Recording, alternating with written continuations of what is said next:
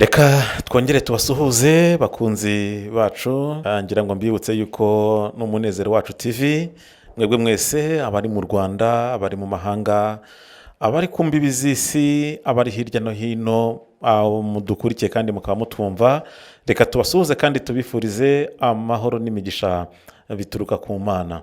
Nk'uko bisanzwe rero duhora tubazanira ibyiza bitandukanye, duhora tubaha ibyiza by'uburyo bwinshi. Uyu munsi wa none nabwo tubafitiye ibindi byiza, ariko kandi tubifuriza no kugira ubuzima bwiza, ubuzima buzira umuze.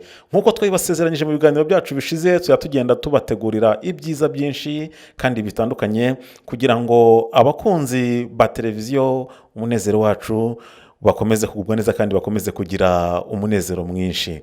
Uyu munsi rero turi kumwe n'umutumirwa, ariko kandi turi kumwe na muganga. Uyu munsi ndagira ngo mbabwire ko nabazaniye umuganga kugira ngo ashobore no kubagira inama, ndetse namwe mumugezeho impungenge mufite ku buzima bwanyu cyangwa se aho murwaye, kugira ngo muganga ashobore kubavura. Nyakugira Imana, mwongeye kwirirwa kandi muri aho. Yego, mwiriwe amahoro. Mwakwibwira abateze amatwi iyi televiziyo yacu? Nitwa muganga Dani, nkorera hano mu karere ka Kamonyi. Uzamutse gatoya ku Ruyenzi ukagera aho twita Igihara, cyangwa se abantu bose bazi ku izina ry'Igihara. Kera baravugaga ngo ni Irunda na Gihara. Muri tuzabaza abasizi badusigire cyangwa badusiganurizaho Irunda na Gihara, impamvu bahise Irunda na Gihara. Ariko uyu munsi ntabwo turi buganire kuri icyo ngicyo, ahubwo turagira ngo tuganire ku ubuzima bwacu, ubuzima bwa rubanda, ubuzima bw'abaturage. Uyu munsi iyo murebye muri sekiteri y'ubuzima, mubona ubuzima bumeze bute mu baturage? Mu by'ukuri nka muganga, icyo twifuza cyangwa se uko mbibona, mbona abantu benshi baba barwaye indwara, ariko batazizi, abandi bakazimenya bakajya kwisuzumisha.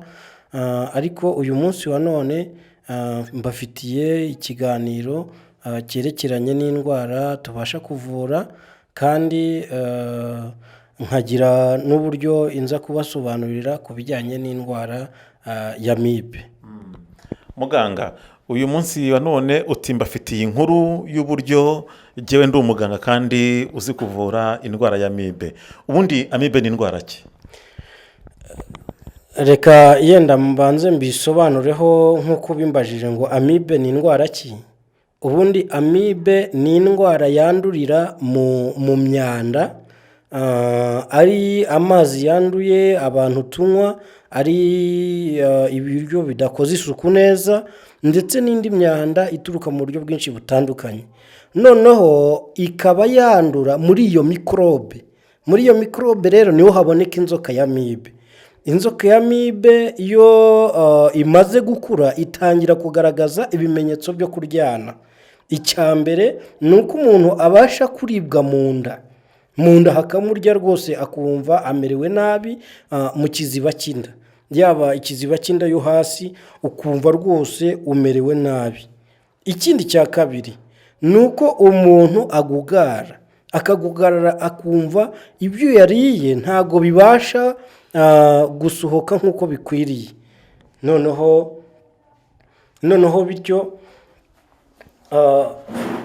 bityo ugasanga yabyimbiwe mu nda, yagugaraye. Ndumva ijambo kugugarara nta muntu n'umwe utabasha kurimenya. Icyo nacyo ni ikimenyetso kibasha kugaragaza inzoka cyangwa se indwara ya amibe. Icyo ni ikimenyetso cya kabiri mbashije kugaragaza. Reka mvuge rero ku cya gatatu. Umuntu urwaye amibe ashobora kubura apeti yo kurya, akabura apeti yo kurya atari uko ibiryo abyanze, ariko akumva nta apeti afite yo kuba yakwakira iryo funguro. Ikindi ashobora kugira ikindi kimenyetso nko kuba yakwituma nabi, icyo bamwe benshi bavuga ngo ni ugucibwamo. Ni ukuvuga rero cyangwa se bakabyita kudiyara. Ni ukuvuga rero iyo inzoka iyo igaragaje icyo kimenyetso cyo kudiyara, ni ukuvuga ngo icyo gihe wihutira kwisuzumisha ukareba koko niba ariyo, bakagusuzuma bakareba uko bihagaze cyangwa se uko bimeze. Ikindi kimenyetso rero nshobora gusobanura ku bijyanye n'inzoka ya amibe, ni ukuvuga ngo inzoka ya amibe ni inzoka ishobora guca umugongo, umuntu akarwara umugongo, hahandi wumva umuntu arwaye umugongo ukajya wumva ukumva arataka cyane mu gice cy'umugongo, ukumva rwose amerewe nabi, ari uguhindukira ukumva biramugoye, ari ukunama biramugoye, nk'uko yajya kuri tuwarete rwose ukumva guhaguruka bibaye ikibazo. Icyo gihe akenshi inshuro nyinshi bikunze kuba ari iyo ndwara ya amibe. Noneho ku kijyanye n'icyo cy'umugongo rero nkikiriho, ni ukuvuga ngo inzoka ya amibe ubundi mu bahanga cyangwa se abashakashatsi mu bushakashatsi bakoze, basanze igira icyo bita igikono. Igikono cya amibe kiba mu ruti rw'umugongo, ahagana mu ruti rw'umugongo, mbyite gutyo. Ni ukuvuga ngo aho ngaho niho icyo gikono cyayo kibera. Noneho ni nayo mpamvu rero ica umugongo cyane, kuko muzumva abaganga bamwe bavuga ngo umuti umenagura ibikono bya amibe. Ibyo buri wese yenda afite uburyo abyumva, ariko icyo mpamya ni iki, ni uko umugongo ushobora gucibwa n'inzoka ya amibe, bidatewe n'imyaka umuntu agezemo, bidatewe n'ubundi burwayi buri mu mubiri, ahubwo bitewe n'inzoka ya amibe. Nkiri kuri uwo mugongo cyangwa se kuri izo ngaruka ziterwa n'inzoka ya amibe, nabasha gusobanura ko bamwe yenda mu bagabo cyangwa se mu bantu bakuze, nanga gukoresha yenda, reka nkoreshe iyi mvugo ifite umucyo yenda mu buryo mbyumva, muri rya banga ry'urugo. Mu by'ukuri iyo nzoka ishobora rwose gutuma gahunda itagenda neza, kuko ubwayo ibasha guca intege wa muntu ugiye muri iyo gahunda y'ibanga ry'urugo. Noneho ngira ngo mwumvishe icyo nshatse kuvuga aho ngaho, sinirwa mbisesengura cyane ku bijyanye n'iryo banga ry'urugo, abakuru murabyumva. Noneho icyo nshatse kuvuga ni ukuvuga ngo inzoka ya amibe niyo ishobora gutuma umuntu agira ikimenyetso cyo kwishimagura. Nubwo na telekomunasi itera kwishimagura, ariko inzoka ya amibe nayo umuntu ashobora kwishimagura akaba yarwaye amibe. Icyo nacyo ni ikimenyetso kiyiranga. Ikindi, umuntu ashobora gufuruta, akagira ikintu cyo gufuruta bitewe n'inzoka ya amibe. Ni ukuvuga ngo akabyuka mu gitondo agasanga yafuruse kandi yari yaraye neza. Icyo gihe inzoka ya amibe ishobora nayo kumutera izo ngaruka. Icyo nacyo ni ikimenyetso kigaragara mu bijyanye n'inzoka ya amibe.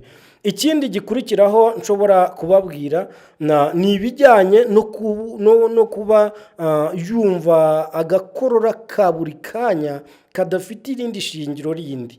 Umuntu akumva arakoroye rimwe na rimwe, akaba yafata ifunguro, ariko ukumva ndetse arenda nko kurigarura, niko nabyita. Ni ukuvuga rero icyo gihe aba ari inzoka ya amibe yatangiye kugaragaza ibimenyetso. Noneho reka nimbe yenda ngarukiye kuri ibyo bimenyetso nari ndimo gusesengura. Ibimenyetso ushobora kureberaho ko warwaye inzoka ya amibe, cyangwa se ushobora kujya kwa muganga bakagusuzuma bakareba ko warwaye inzoka ya amibe. Ni ukuvuga ngo ibyo ni ibimenyetso nagaragazaga. Noneho iyo wowe utangiye kwiyumva y'ibyo bimenyetso, ubasha kugenda kwa muganga, noneho bakagusuzuma bakareba umubiri wawe uko uhagaze, ahasigaye ukabasha gukira inzoka ya amibe. muganga Dani rero turimo turaganira ku ndwara cyangwa se bamwe bakunze kwita ngo ni inzoka ya amibe.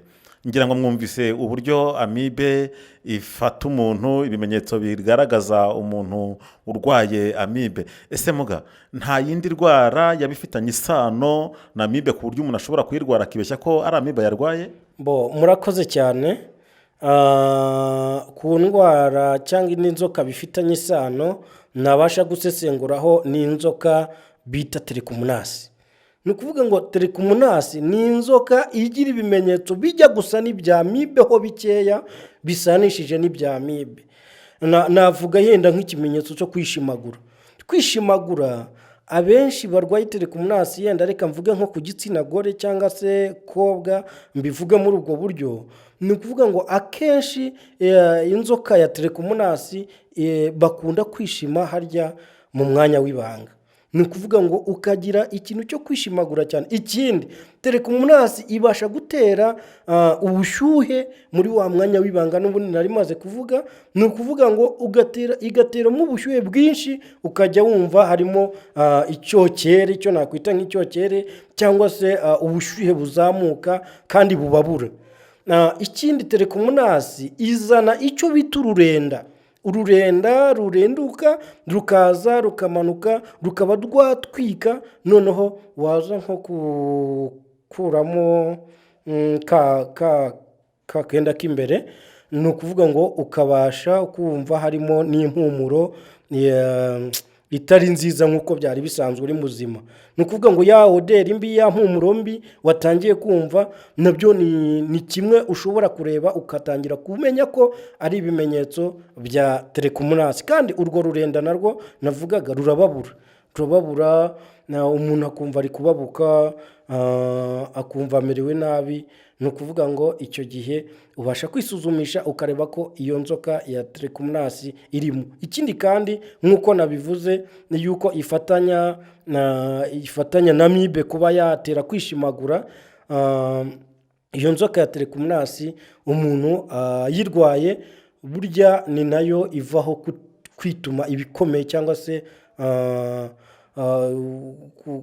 kujya kuri tuwarete ukituma, ugatindayo, ukituma icyuka, mbega ukumva umerewe nabi, atari ubuzima bwiza nk'uko byari bisanzwe. Ni ukuvuga ngo icyo gihe niho wisuzumisha ukareba ko urwaye inzoka ya telekomunasi. Nubwo nabashije kubisobanura gutya, uyu muti mfite mu ntoki ngira ngo muri kureba, uyu nguyu ni wo muti witwa umuzi w'igiti namba 1. Ni ukuvuga ngo uyu muzi w'igiti namba 1 n'ubundi uvura ibijyanye n'inzoka. Ni ukuvuga ngo izo nzoka ebyiri nk'uko mbivuze, ubasha kuvura inzoka ya amibe kandi ubasha kuvura inzoka ya telekomunasi. Ni ukuvuga ngo izo nzoka ebyiri, kuko uyu muti nicyo ushinzwe, kandi ugahangana n'izo nzoka uko ari ebyiri. Muga, uratubwiye uti ni umuti witwa umuzi w'igiti. Ese koko niba wenda mu mvugo zanyu nk'abaganga, uyu muti koko ni umuzi w'igiti? N'ubundi ni umuzi w'igiti, kuko uturuka mu mizi, ni nayo mpamvu witwa umuzi w'igiti. Iyo umuntu awunyweye se ashobora kumenya ko yakize mu gihe kingana gute? Ni ukuvuga ngo iyo umuntu awunyoye, ubundi hariho n'ibipimo ngira ngo binagaragara. Uyu muti uko uri kunywa biterwa n'uburwayi igihe bwagufatiye, kuko sinavuga mu gihe kimeze gite, kandi na wa murwayi nawe ntabanje kumenya ngo uburwayi bwe bungana gute. Icyo cyo ni icyo muganga abwira umurwayi, bitewe n'uburwayi bwe uko bungana, noneho bitewe na ya ngano ya wa muti twamuhaye, noneho ukabwira umurwayi ati ushobora gukira mu gihe kingana gutya, ushobora kubona rezilita mu gihe kingana gutya. Kuko hari n'igihe usanga umuntu arwaye amibe na telekomunasi ariko afitemo n'ubundi burwayi abana nabwo. Ntabwo abantu rero bakirira igihe kimwe. ngayo nguko rero ndagira ngo mbibutse yuko ni Umunezero Wacu TV turi kumwe na muganga Dani. Turimo turaganira ku nzoka yitwa amibe ndetse n'indi yitwa telekomunansi. Arimo aratubwira uburyo izo nzoka zishobora kuvurwa ku muntu uzirwaye cyangwa se ubwo burwayi umuntu ashobora kubukira. Muganga, abantu benshi bajya bataka izi ndwara amibe telekomunansi. Mwizeza abantu 100% ko iyo babagannye koko izi ndwara uyu muti uzivura?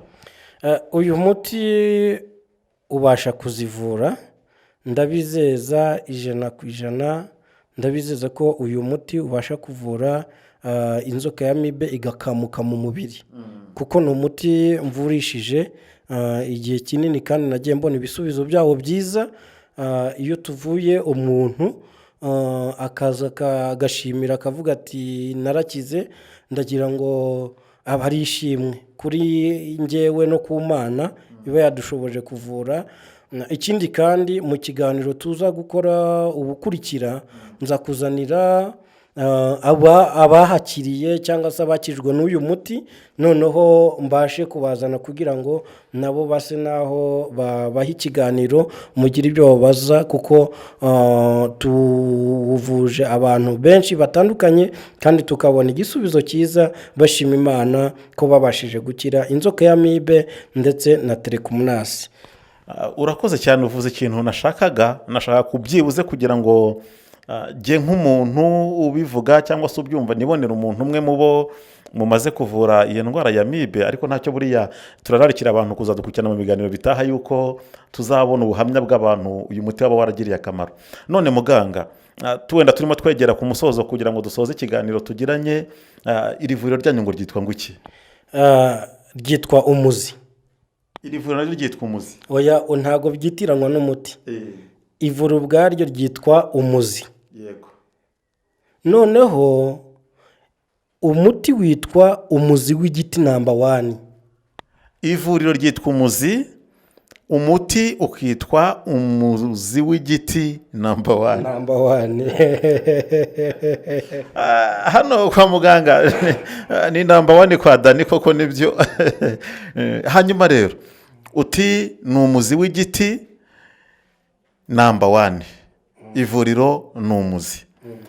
Mukaba mukorera tanga adresse yawe nk'umuntu wumvisha iki kiganiro ashatse kubasura, ashatse kubagenderera.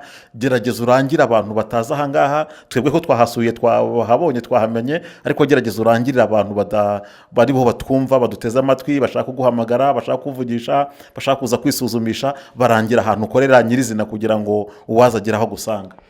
Ni ukuvuga ngo ahantu nkorera ni hano mu murenge wa Runda mu karere ka Kamonyi, mu ikaritsiye bita Igihara.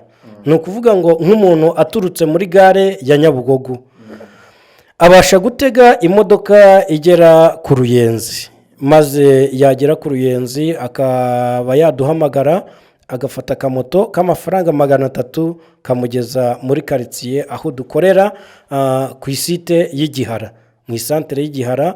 Ni ukuvuga ngo iyo uturutse nabwo mu majyepfo n'ubundi ni hariya nari maze kuvuga ku Ruyenzi. Ukigera ku Ruyenzi ni ukuvuga ngo uhita ufata akamoto kuzamura uyu muhanda bari gukora mushyashya, bari gushyiramo kaburimbo, ukagera hano Igihara. Akamoto ka 300 uvuye ku Ruyenzi uhita utugeraho, ukabona ivuriro rinini rifite icyapa kinini rigaragaza ko dukoresha imiti y'ibimera, maze ahasigaye tukagusuzuma, tukakuvura, tugatega amatwi ikibazo cyawe, tukagufasha, tukakwitaho, ahasigaye ukagira ubuzima bwiza. Noneho mu bijyanye rero na nomero ya telefoni mushobora kuduhamagaraho cyangwa se abatwumva baduhamagaraho, nizo ngiye kubabwira. Ni ukuvuga ngo ni 07 8 250 17 68.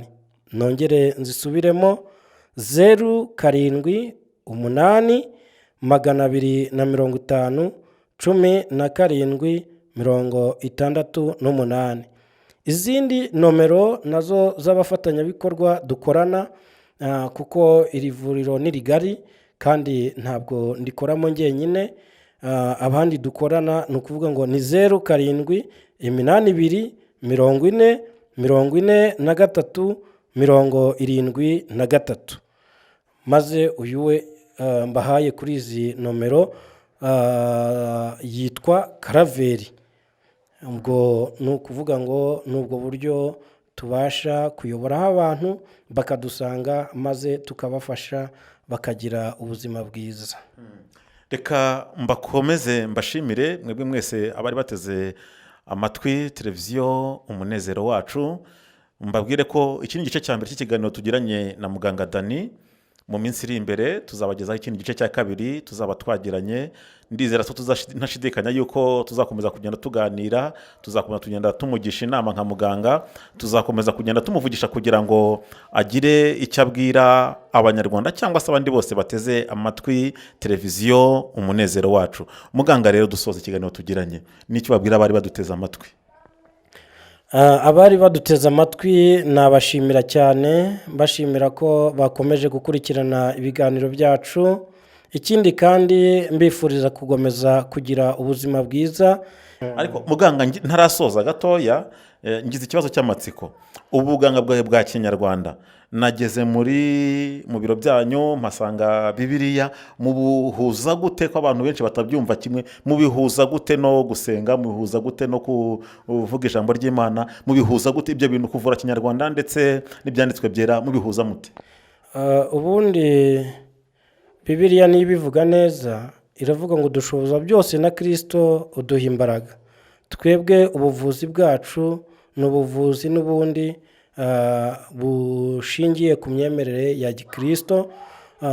Ni ukuvuga ngo tubasha kuvura ariko tunashobojwe n'Imana. Ni nayo mpamvu ari abatugana tubashyira imbere y'Imana, ari n'imiti yacu tukayereka Imana, kandi Imana ikabasha kutuyobora, ikabasha kudushoboza, kuko buri muntu wese agira uwo muhamagaro. Nanjye nagize umugisha wo kwakira Kristo nk'umwami n'umukiza w'ubugingo bwanjye. Niyo mpamvu numva n'abantu bose nabashishikariza kugumana n'Imana no gukunda Imana mu buryo bwiza. Nubwo buryo rero mbifatanya, kuko nshingira ku ijambo rivuga ngo dushoboza byose na Kristo uduha imbaraga. Bigutera amatsiko wowe uteze amatwi televiziyo umunezero wacu? Ubutaha tuzasubukura muganga atubwira uburyo yubaha Imana, agasenga Imana, kandi akavura akoresheje ibimera cyangwa ibyo twita mu kinyarwanda. Tuzabisubukura ubutaha, twagira ngo tugutere amatsiko. Bye bye.